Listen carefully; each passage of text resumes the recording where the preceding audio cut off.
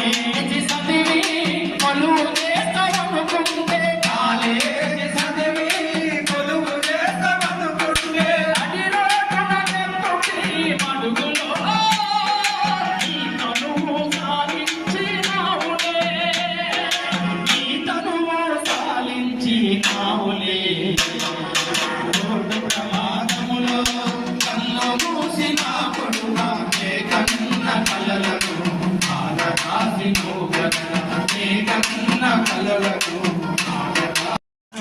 స్నేహితుల మదిలో నా నిలిచినవు ఎదిగొచ్చిన కొడుకా ఏదడిగిన కొని పెడితే ఎదిగొచ్చిన కొడుకా ఏదడిగిన కొని పెడితే ఆటోను దాటబోయి మత్తులో ఎదురొచ్చిన లారిని ఢీ కొడితివి ఎదురొచ్చిన లారిని ఢీ కొడితివి రోడ్డు ప్రమాదములో కన్ను మూసిన కొడుక నే కన్న కలలను. సరే, ఇప్పుడు విషయానికి వస్తే మనం ఇప్పుడు డ్రైవింగ్ చేస్తున్న రోజు మన ప్రొఫెషన్లో భాగంగా డ్రైవింగ్ చేయాలంటే అసలు ఏ అర్హతలు ఉండాలా, మనం నడిపే వెహికల్కు ఎటువంటి డాక్యుమెంట్స్ ఉండాలనేది తెలుసుకుంటే, ఫస్ట్ ఆఫ్ ఆల్ డ్రైవింగ్ చేయాలంటే కంపల్సరీగా 18 సంవత్సరాల వయస్సు పైబడి ఉండాలి. 18 సంవత్సరాల వయసు పైబడి ఉండాలి. అదేవిధంగా ప్రతి ఒక్కరు కూడా డ్రైవింగ్ లైసెన్స్ అనేది కంపల్సరీగా కలిగి ఉండాలి. చాలామంది 90% 2 వీలర్స్ డ్రైవ్ చేస్తూ ఉంటారు. మీది పర్టికులర్గా ఆటోలు కాబట్టి 2 వీలర్కి ఎటువంటి లైసెన్స్ ఉండాలా, ఆటో నడపాలంటే ఎటువంటి లైసెన్స్ ఉండాలని కూడా తెలుసుకుని ఉండాలి. 2 వీలర్ లైసెన్స్ అయితే మనకు మోటార్ సైకిల్ విత్ గేర్ అనేది వస్తుంది. మీ వరకు వచ్చేసరికి ఆటో డ్రైవర్ల వరకు వచ్చేసరికి లైట్ మోటార్ వెహికల్ అనేది పదం అనేది వస్తుంది. సో 2 వీలర్ లైసెన్స్ పెట్టుకొని ఆటో నడిపినా అది కూడా లైసెన్స్ లేని కిందకే లెక్క వస్తుంది. కాబట్టి ఇది ఒకటి గుర్తుపెట్టుకోవాలా, ప్రతి ఒక్క ఆటో డ్రైవర్ కూడా లైట్ మోటార్ వెహికల్ సంబంధించినటువంటి లైసెన్స్ అనేది కంపల్సరీగా ఉండాలి. ఇది వ్యక్తికి సంబంధించిన విషయం. వ్యక్తి ఒక వాహనం నడపాలనుకున్నప్పుడు వాహనానికి ఎటువంటి డాక్యుమెంట్స్ ఉండాలి. మీరు ఆటో నడుపుతున్నారు కాబట్టి ఆటోకు రిజిస్ట్రేషన్ సర్టిఫికేట్ అనేది ప్రాపర్గా ఉండాలి. రిజిస్ట్రేషన్ నంబరు, దాని కార్డు ఉండాలా. ఆటోకు ముందున వెనకాల కూడా కంపల్సరీగా ఆ నంబర్ అనేది క్లియర్గా కనిపించే విధంగా ఉండాలి. ఆటోకు సంబంధించి ఆ రిజిస్ట్రేషన్ సర్టిఫికేట్ చాలామంది ఇక్కడ లాస్ట్ టైం మీటింగ్ పెట్టినప్పుడు చాలా పాత వెహికల్స్ కూడా ఇంకా నడుపుతూ ఉన్నారు. వాటి యొక్క కాల పరిమితి ఉంటుంది. ఆ కాల పరిమితి దాటిన తర్వాత దానికి సంబంధించి ఎక్స్టెన్షన్ సర్టిఫికేట్ కూడా తీసుకుని ఉండాలి. అప్పుడే ఆ వాహనానికి ఎలిజిబుల్ రోడ్డు మీద తిరగడానికి. అది కూడా క్లియర్గా దృష్టిలో పెట్టుకోవాలి. వీటి రెండింటితో పాటుగా వాహనం నడిపే వ్యక్తికి, వాహనానికి తదుపరి ఇన్సూరెన్స్ అనేది కూడా ఒక ముఖ్యమైన డాక్యుమెంట్. చాలామంది ఇన్సూరెన్స్తో మాకేం అవసరం ఉంటుంది, బండి ఉంది, నడపడానికి మనిషి ఉన్నా బాగానే తిరుగుతున్నదా అనే ఆలోచన ఉంటుంది. బట్ మీరు ఒకటి గుర్తుపెట్టుకోండి, అన్న, మీ భార్య, పిల్లలు వీళ్ళందరూ కూడా ఇంట్లో నుంచి మీరు బయటకు వెళ్ళేటప్పుడు చెప్పి వెళ్తారు, నేను పని చూసుకొని వస్తాను.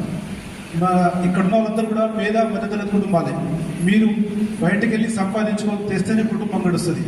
సో అట్లాంటి వ్యక్తికి బయటికి వెళ్ళినప్పుడు రోడ్డు ప్రమాదంలో ఏదైనా ఇన్సిడెంట్ జరిగితే, ఏదైనా యాక్సిడెంట్ జరిగిన క్రమంలో కాలు చేయి ఎరిగితే, దురదృష్టవశాత్తు టైం బాగోలేక మరణం సంభవిస్తే, అంటే ఆ కుటుంబం పరిస్థితి ఏం కావాలా? ఎందుకంటే ఇంట్లో సంపాదించేది మీరే కాబట్టి మీరు బయటకు పోయి ఏదైనా ఇన్సిడెంట్ ఏదైనా జరిగితే ఆ కుటుంబానికి బాధ్యత ఎవరు?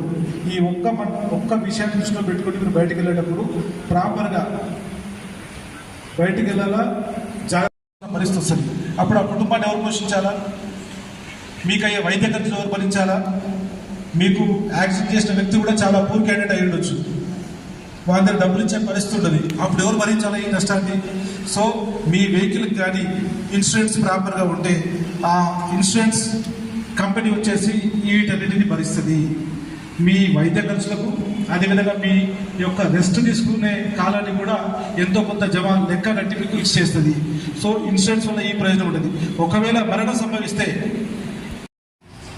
మీకు ఏమైనా జరిగితే కాదు, మీరు వెళ్ళే క్రమంలో ఎదుటి వారికి ఏమైనా జరిగితే, కాలు చేయగినా మరణం సంభవించినా, మీ ఆటో అమ్మి చేయించిన పెద్ద ఒక కాలు ఇంజరీ అయితే ఒక సర్జరీ చేయాలంటే ₹1,00,000 ఖర్చు వస్తుంది. పెద్ద సర్జరీ అయితే మీరు ఆటో మీద వెళ్ళేవారు, మీ ఆటోలో ఉన్న ప్రయాణికులు, మీరు అందరి సురక్షితం కోసమే ఈనాడు యొక్క అవేర్నెస్ కార్యక్రమం ఏర్పాటు చేస్తున్నాం. ముఖ్యంగా మనందరికీ తెలుసు, ఇప్పటి వరకు కళాకారుల మిత్రులు పాట రూపకంగా ఏమి చేయకూడదు ఏమి చేయాలో చెప్పారు.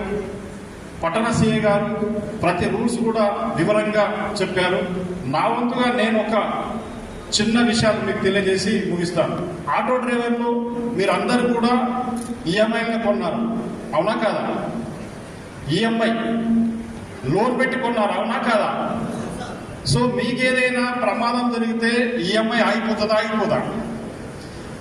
మీకు కాకుండా మీ ఆటో ద్వారా ఎవరికైనా ప్రమాదం జరిగితే పోలీస్ స్టేషన్ దాకొద్దు, ఇక్కడే సెటిల్మెంట్ అంటాడు. హాస్పిటల్ ఖర్చులు భరించమంటే ఎంఆర్ఐ తీపి ఉంటాడు, సిటీ స్కాన్ తీపి ఉంటాడు. చిన్న ఇంజరీ అయినా కూడా ఫ్రాక్చర్ అయింది అంటాడు, అవునా కదా? లక్షల ఖర్చు లాస్ట్కు 1,000 కాడికి దిగుతుంది. మరి నీ సంపాదన ఎంత? మన సంపాదన ఎంత? 10,000 డిమాండ్ చేస్తాం, అవునా కదా? మరి ఇవన్నీ వద్దనుకుంటే మీరు నియమ నిబంధనల ప్రకారం సక్రమంగా డ్రైవింగ్ లైసెన్స్, ఆర్సీ, ఇన్సూరెన్స్ ఇవన్నీ పెట్టుకొని మీరు ప్రయాణం చేసినట్టయితే అనుకోని సంఘటనలనే ప్రమాదం అంటాం, అవునా కాదు? కానీ మనం ఓవర్టేక్ చేద్దాం, లేకుంటే హై స్పీడ్తో వెళ్ళిపోదాం, ఇవన్నీ కూడా ప్రమాదానికి సంకేతాలు. మనం ఓవర్ స్పీడ్ చేసేటప్పుడు రైట్ సైడ్లో మాత్రమే చేయాల్సి ఉంటుంది. ఎదురుగా వెహికల్ ఏమైనా వస్తుందా లేదా ఎన్ష్యూర్ చేసుకోవాలి. అంటే ముందు మనకు క్లియర్గా ఉన్నప్పుడు మాత్రమే మనం ఓవర్టేక్ ప్రయత్నం చేయాలి. అంతేగాని మనం ఒక పెద్ద వెహికల్ ఎక్క ఉండి ఇమీడియట్ గా ఓవర్టేక్ చేస్తే ముందు ఏమొస్తుందో మనకు కనిపించదు. మనము మానవ మాత్రులం, ఎప్పటికీ కూడా తగిన అలర్ట్నెస్, జాగ్రత్తగా ఉంటేనే డ్రైవింగ్ మనం సురక్షితంగా చేయలేస్తాం. కాబట్టి మీ వెహికల్ని ఎప్పటికప్పుడు కండిషన్లో ఉంచుకోండి. ప్రొద్దున లేవగానే మనం ఏ విధంగా అయితే బ్రష్ చేసుకుంటామో మీరు కూడా మీ వెహికల్ని శుభ్రపరచుకోండి. కండిషన్లో ఉందా లేదా, ఏమైనా స్క్రూస్ వెళ్ళాయా, బ్రేక్ ఫెయిల్ అవుతుందా, బ్రేక్ పడుతుందా, క్లచ్ వైర్స్ ఉన్నాయా, ఇవన్నీ కూడా చెక్ చేసుకొని మీరు బండి తీసుకోండి. అప్పుడు మాత్రమే మీరెంత శుభ్రంగా ఉంటారో మీ బండి కూడా అంత కండిషన్లో ఉండాలి. అప్పుడు మీకు బండికి ఒక లింకప్ ఏర్పడుతుంది, సింక్రనైజ్ అవుతారు, మీకు అదుపు తప్పదు. ఎప్పుడైతే బండి కండిషన్లో ఉండదో అదుపు తప్పే అవకాశాలు ఉంటాయి. కాబట్టి పరిమితికి మించి మొన్న నాకు తెలిసిన వాళ్ళు ఒక ఆటో పట్టుకున్నారని ఫోన్ వచ్చింది. మిర్యాలగూడ డిఎస్పీ గారికి ఫోన్ చేసిన, నాకు సీనియర్ వారు, అన్న ఏంది పలానా ఆటో పరిస్థితి అంటే, తమ్ముడు 22 మంది ఎక్కిన తమ్ముడు, అది ఆటోనో మినీ బస్సునో నాకు తెలియదు తమ్ముడు అన్నాడు. అన్న చక్కగా కోర్టుకు సబ్మిట్ చేయండి అని చెప్పి. ఇప్పుడు అక్కడ సిల్లు దురాశ దుర్గార్పించేటట్టు మనం చిన్నపిల్లలకు పాఠాలు నేర్పిస్తాం.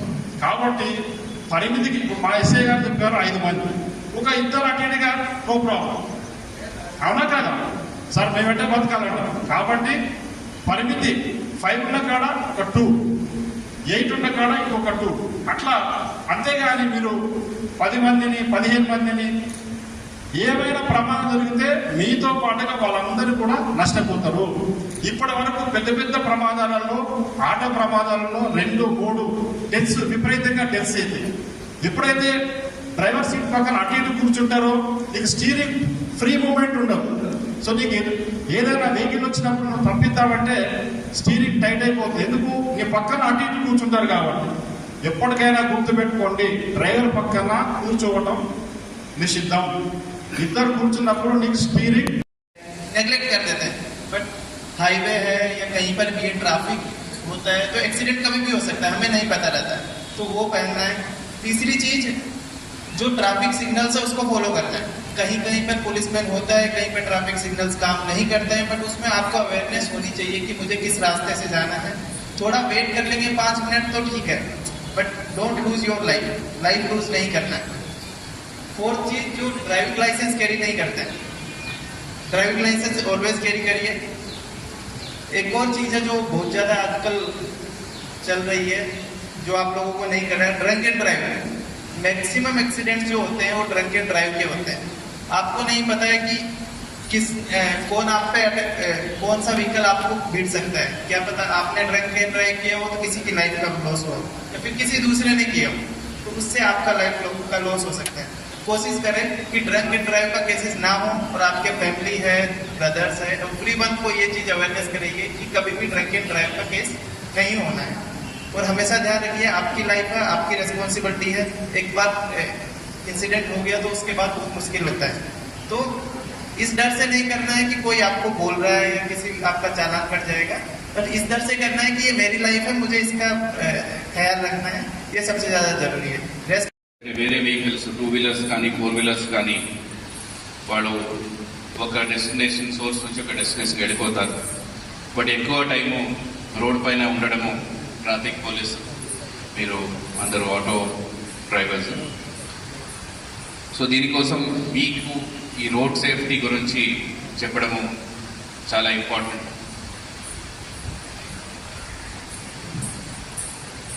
సో ఆల్రెడీ చాలా అఫెన్సెస్ చెప్పాను, కొన్ని ప్రాక్టికల్ విషయం చెప్తాను. ఈ యాక్సిడెంట్ అయ్యే వరకు, ఏమైనా ఇబ్బంది వచ్చే వరకు ఎవరు కూడా ఇన్సూరెన్స్ గురించి కానీ వేరే ఆస్పెక్ట్స్ గురించి కానీ లైసెన్స్ గురించి కానీ ఆలోచించరు. చాలాసార్లు యాక్సిడెంట్స్ అయిన తర్వాత దాని కాన్సిక్వెన్స్ వచ్చినప్పుడు పోలీస్ స్టేషన్కి వస్తారు. అప్పుడు అనుకుంటారు ఒక 1000 రూపీస్ 2000 రూపీస్ స్పెండ్ చేసి ఒక ఇన్సూరెన్స్ తీసుకొని ఉంటే ఎంత మంచిగా ఉంటుంది. ఇప్పుడు అవతల వాళ్ళకి ఏమైతే కూడా మొత్తం ఎవరు డ్రైవర్ ఉంటారో వాళ్ళ పాకెట్ నుంచి పోతుంది. సో ఈ యాక్సిడెంట్స్ అయినప్పుడు మనం ఓన్లీ యాక్సిడెంట్స్ చూస్తాం కాబట్టి యాక్సిడెంట్ అయినప్పుడు అట్లా అనుకుంటారు, సార్ ఇప్పుడే మనం చేయించొచ్చా. ఒకసారి యాక్సిడెంట్ అని అయిన తర్వాత మళ్ళీ ఎవరేం చేయలేదు. మీ వెహికల్ కూడా కాంపన్సేషన్ వస్తుంది, అట్లనే అవతల వాళ్ళకి ఏమైనా అయితే మళ్ళీ మీకేమైనా అయితే దానికి కూడా డ్రైవింగ్ లైసెన్స్ కూడా చాలామంది దగ్గర ఉండదు. దానికి ప్రాసెస్ కూడా అంత కాంప్లికేటెడ్గా ఏమి ఉండదు. అందరికి కూడా డ్రైవింగ్ వస్తుంటుంది, ఆల్రెడీ రోడ్ పైన బండి నడిపిస్తుంటారు. ఆ డ్రైవింగ్ టెస్ట్ క్లియర్ చేయడము అంత పెద్ద కఠినమైన విషయం ఏం కాదు, బట్ నెగ్లెక్ట్ చేస్తారు. అప్పుడు ఏమోనో ఇష్యూస్ అయితే యాక్సిడెంట్ అయిన తర్వాత మళ్ళీ కేసు ఒక సెక్షన్ నుంచి వేరే సెక్షన్కి ఉంటుంది. డ్రంక్ అండ్ డ్రైవ్లో కూడా సేమ్, యాక్సిడెంట్ అయ్యే వరకు ఏముండదు, బట్ యాక్సిడెంట్ అయిన తర్వాత మనం పెట్టో సెక్షన్ నార్మల్ యాక్సిడెంట్ అన్నీ కరెక్ట్గా ఉంది యాక్సిడెంట్ ఉంటే 2 years ఇంప్రిజన్మెంట్ ఉంటుంది. అదే డ్రంక్ అండ్ డ్రైవ్లో ఉంటే 10 years ఇంప్రిజన్మెంట్ ఉంటుంది, మళ్ళీ ఇమీడియట్ అరెస్ట్ ఉంటుంది. సో ఇలా చిన్న చిన్న ఆస్పెక్ట్స్లో నెగ్లెక్ట్ చేసి అన్నెసెసర్లీ మన యూత్ అందరూ కూడా వాళ్ళ భవిష్యత్ ఖరాబ్ చేసుకుంటారు. నాట్ ఓన్లీ ఆటోస్, మిగతా అన్ని వెహికల్స్ కూడా సేమే ఉంటుంది. ఈవెన్ 2 వీలర్స్ ఇవ్వడానికి కూడా వాళ్ళు రిజెక్ట్ చేస్తారు. పాస్పోర్ట్ కూడా ఏదైనా వేరే అవకాశం వచ్చింది, వేరే దేశంలో ఎవరో రిలేటివ్స్ వెళ్ళారు, అక్కడ పిలిపిస్తున్నారు, ఉద్యోగం అవకాశం ఉంది అని అంటే పాస్పోర్ట్ కూడా రాదు ఒకసారి కేసులో ఇన్వాల్వ్ అయితే. సో ఇవన్నీ ఆస్పెక్ట్స్ ఇంపార్టెంట్. ట్రాఫిక్ చలాన్స్ మనం కూడా ఎందుకు వేస్తాము? మీకు ట్రాఫిక్ చలాన్స్ రోడ్ పైన రోడ్ సేఫ్టీ అన్నది ఒక పోలీస్ డిపార్ట్మెంట్ మన ఉండాలి. దాంట్లో ఆటోస్, మీరందరూ ఆటో డ్రైవర్స్ కూడా చాలా important, one of the biggest stake holders. So వేరే ట్రాన్స్పోర్టేషన్ బస్సెస్ ఉండొచ్చు, క్యాబ్స్ ఉండొచ్చు, హెవీ వెహికల్స్ ఉండొచ్చు, ఆర్టీసీ ఉండొచ్చు, మనమందరూ కూడా దీంట్లో స్టేక్ హోల్డర్స్. ఒకసారి మనం రోడ్ మీద వెళ్తుంటే అది ఒక పబ్లిక్ ప్లేస్, అక్కడ సేఫ్గా ఉండాలంటే మన మిస్టేక్ ఉండి వేరే వాళ్ళకి టచ్ అయితే కూడా వేరే పబ్లిక్ ఇబ్బంది, వాళ్ళ మిస్టేక్ ఉండి మనకు ఇబ్బంది అయితే కూడా సేమ్ ఉంటుంది. దానికోసం రోడ్ సేఫ్టీ అనేది కంబైన్డ్ రెస్పాన్సిబిలిటీ. ఓన్లీ మనం పోలీస్ రెస్పాన్సిబిలిటీ కానీ, ట్రాన్స్పోర్ట్ డిపార్ట్మెంట్ రెస్పాన్సిబిలిటీ కానీ, లేదంటే మీ ఆటో యూనియన్ వాళ్ళ రెస్పాన్సిబిలిటీ కానీ కాదు. సో అందరి రెస్పాన్సిబిలిటీ, అందరికి కూడా ఇంటర్నలీ ఆ చేంజ్ రావాలి. చాలామంది ఇప్పుడు హెల్మెట్ వేసుకోరు. మ్యాక్సిమం యాక్సిడెంట్స్లో 99% ఆఫ్ ద యాక్సిడెంట్లో హెడ్ ఇంజరీ వచ్చే చనిపోతారు. హెడ్ ఇంజరీ అవుతుంది, బ్లడ్ లాస్ అవుతుంది, చనిపోతారు. చాలాసారి మనం చూసాము, ఎంత పెద్ద యాక్సిడెంట్ అయితే కూడా ఒక హెల్మెట్ ఉంటే ఆయన బతుకాడు. ఏం సో ఇట్లా ట్రాఫిక్ ఒక్కొక్క రూల్స్ కూడా దాని వెనక చాలా స్టోరీస్ చూస్తాము. మీరు స్లో మూవింగ్ వెహికల్స్ మీరు హైవేకి ఎక్కుతున్నప్పుడు చూసుకోవాలి. ఎందుకంటే హైవే మీద చాలా ఫాస్ట్గా వస్తుంటారు. అక్కడ కూడా మనము వేరియస్ యాక్షన్స్ తీసుకుంటున్నాము. బట్ ఈ క్రాసింగ్ దగ్గర మనకు ఈ ప్రాబ్లమ్స్ వస్తుంది. హైవే చూడకుండా ఫాస్ట్గా హైవే ఉంది కదా హైవే ఎక్కుతారు. వెనక నుంచి వేరే డైరెక్షన్ నుంచి వస్తున్న వెహికల్స్ నుంచి యాక్సిడెంట్ అయ్యి చాలా కేసెస్ డెత్ కూడా అయింది. డిస్కస్ చేయండి, లేదా ట్రాఫిక్ ఎస్ఐతో డిస్కస్ చేయండి. చేస్తే డెఫినెట్లీ మనం కోఆపరేట్ చేసి మీకు లైసెన్స్ వచ్చేలాగా చేస్తాము. ఇంకా మన దగ్గర నుంచి మీకు ఏం కోఆపరేషన్ కావాలి మీరు చెప్పండి. డెఫినెట్లీ మనం కూడా సహకరిస్తాము, మీరు కూడా మనకు సహకరించండి నేను కోరుతూ ముగిస్తున్నాను. Thank you.